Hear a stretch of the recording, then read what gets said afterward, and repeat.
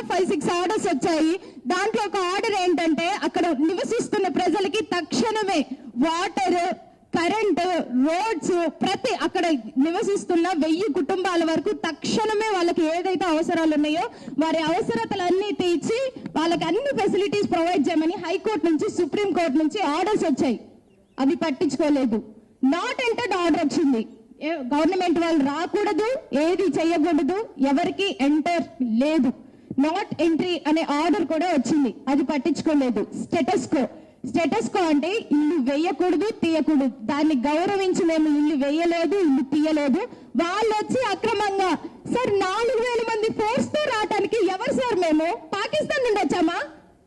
మేము మీకు ఎట్లా కనిపిస్తున్నామో మాకు అర్థం కావట్లేదు. మేము శత్రువులా కనిపిస్తున్నామా సార్ మీకు? కూలి చేసుకొని బ్రతికే ప్రజల మీద 4000 మంది ఫోర్స్, మున్సిపాలిటీ వాళ్ళేంటి, ఇంకా ఆర్మీ వాళ్ళు, పోలీస్ శాఖ వాళ్ళు, ఇంకా వీళ్ళు రెవెన్యూ వాళ్ళు, ఎంఆర్ వాళ్ళు, విఆర్ వాళ్ళు, ఏంటి సార్ ఒక సీక్రెట్ ప్లాన్ పెట్టుకొని వచ్చారు సార్. ఎవరి మీద ఈ సీక్రెట్ ప్లాన్? ఎవరి మీద సార్? పేద ప్రజల మీద ఈ సీక్రెట్ ప్లాన్ ఎవరి మీద? ఈ సీక్రెట్ ఆపరేషన్ ఎవరి మీద నడిపిస్తున్నారు సార్? మా మీద.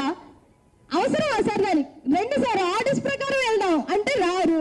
మాకు అవినీతే కావాలి, అన్యాయపరంగా వెళ్తాం, దోచుకుంటాం అంటే కుదరదు సార్. మీరు అనుకుంటారు ఏది మేము అధికారంలో ఉన్నాం, ఏది చేస్తే అది నడిచిద్ది అని మీరు అనుకుంటున్నారు. కానీ అక్కడ పెట్టాలన్నా మేమే, దింపాలన్నా మేమే అని చాలా సార్లు మీకు చెప్పడం జరిగింది. అండ్ మీరు రూల్స్ ప్రకారం వెళ్దాం అంటే రారు.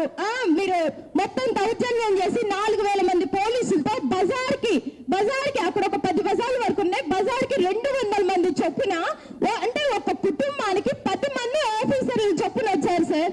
పేద ప్రజలు ఏం చేస్తారు? ఆ ఖమ్మం జిల్లాలో ఉన్న 3 మంత్రుల గురించి ఇంకా మాట్లాడిన అవసరం లేదు. ఇంకా సిగ్గుచేటు దాని గురించి మాట్లాడుకోవడం.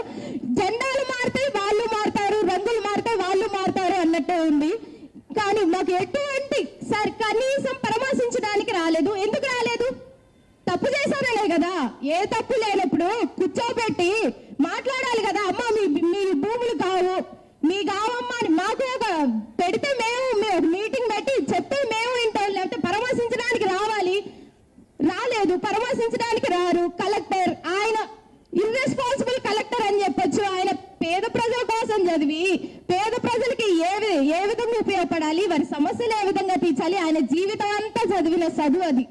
ఆ చదువుకు కూడా వాల్యూ లేకుండా చేస్తుంటూ మాకు ఇన్స్పిరేషన్ కొట్టాడని ఇంకే మాత్రం అనుకోవట్లేదు. ముందు ఆయన సస్పెండ్ చేయాలని మేము కోరుతున్నాము. ఆయన ఎక్కడెక్కడికో వెళ్ళి ఈ రోడ్ ఎలా క్వాలిటీ ఉంది, ఈ రోడ్ క్వాలిటీ ఉందా లేదా అని ఏదో ఆయన రెస్పాన్సిబుల్ అయినట్టు చేతులు పెట్టి కింద చూస్తుండు. ఆయన 4 అడుగులు వేస్తే మా కాలనీ వచ్చింది. ఆయన సంవత్సరం అంతా పనిచేసిన తీరని పనులు ఉన్నాయి సార్ మా దగ్గర. ఆయన కనీసం కూడా మాకు పరామర్శించడానికి రాలేదు. మీరు ఇక్కడ వాల్యుబుల్ గా ఉంటున్నారా లేదా, మీ పట్టాలేంటి? గవర్నమెంట్ వాళ్ళు, ఆయన ప్రజల తరపున మనిషి, గవర్నమెంట్ కి వ్యతిరేకంగా ఉండాలి. ఆయన మొత్తానికి పొలిటీషియన్స్ కి వ్యతిరేకంగా ఉండాల్సిన ఆయన ప్రజల తరపున నిలబడి అమ్మా మీ పట్టాలు చూపించండి, వాళ్ళకి నేను సమాధానాలు చెప్పుకోవాలని ఆయన వచ్చి మా దగ్గర మాట్లాడాలి. వాళ్ళు కుమ్మక్కయ్యి ఇదేంటో మాకు అర్థం కావట్లేదు సార్. మా డిమాండ్స్ ఏంటంటే మా భూములు మాకు ఇవ్వాలి. ఫస్ట్ మీరు ఇచ్చేది కాదు, ఫస్ట్ మిమ్మల్ని ఇవ్వమని మేము అడగట్లేదు. ముందు రండి, లా అండ్ ఆర్డర్ ప్రకారంగా వెళ్దామని అడుగుతున్నాం. మా భూములు మీ దగ్గర లేవు మీరు ఇయటానికి. ఫస్ట్ ఆఫ్ ఆల్ అది తెలుసుకోండి. మా భూములు మాకు కావాలి. నష్టపరిహారాలు, ఒక్కొక్కరికి నష్టపరిహారాలు చెల్లించాలి. మీ సొమ్ము తీసుకొని మేము ఇల్లు కట్టుకోలేదు.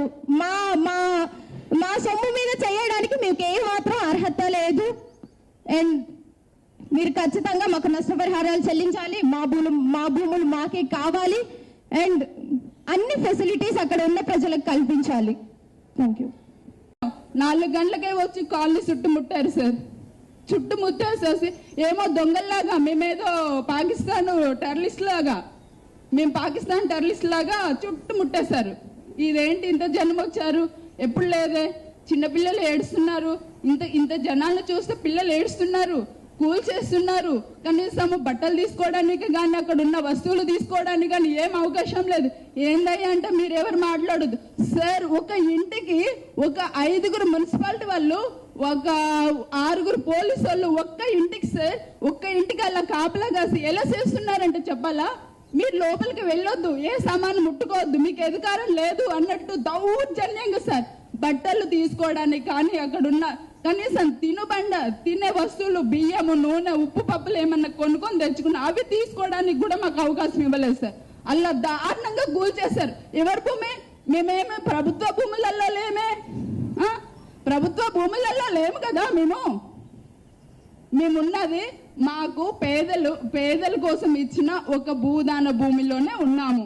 అది మా భూమి, మేము ఉండే హక్కు మాకు ఉంది. మేము నిజమైన పేదవాళ్ళం. మేము పేదవాళ్ళం కామని వాళ్ళంటే చెప్తారండి. వచ్చి సర్వే చేసిరా ఏ రోజైనా కలెక్టరు కిటికీలో నుంచి ఇలా చూస్తే కనిపిస్తుంది మా కాలనీ. కనీసం అక్కడికి వచ్చి మా కాలనీ అలా వస్తుంది కదా, కనిపిస్తుంది. ఏ రోజైనా వచ్చి మీరు నిజమైన పేదవాళ్ళ కాదా ఏ రోజైనా చూసాడా? ఈ రోజు పేదవాళ్ళు కాదని ఎలా చెప్పగలుగుతాడు? మాకు ఇదంతా తెలియదండి. మాకు ఇప్పుడు అంటున్నారు మంత్రులు, మీకు వేరే దగ్గర ప్లేస్లు ఇస్తాము, అక్కడ వెళ్ళి ఉండండి. మీకు ఎక్కడ వేరే దగ్గర ప్లేసులు ఇస్తాము, ఇంటి స్థలాలు ఇస్తాము, అక్కడ వెళ్ళి ఉండండి, అక్కడే మీకు ఇళ్ల స్థలాలు ఏర్పాటు చేస్తాను నిజమైన పేదవాళ్ళకి అని చెప్తున్నారు. మాకు ఎక్కడ అవసరం లేదు. మీ భూములు ఇవ్వద్దు, మీ ఇళ్లలో ఇవ్వద్దు, మీకు ఎక్కడ ఇవ్వద్దు. మా భూదాన భూమిలోనే, మా ఇంటి స్థలంలోనే, మా ఇల్లు కూలగొట్టిన దగ్గరే మాకు ఇల్లు కట్టి మాకు నష్టపరిహారం ఇస్తే చాలు. మేము కోరుకునేది అదొక్కటే సార్ మా డిమాండ్.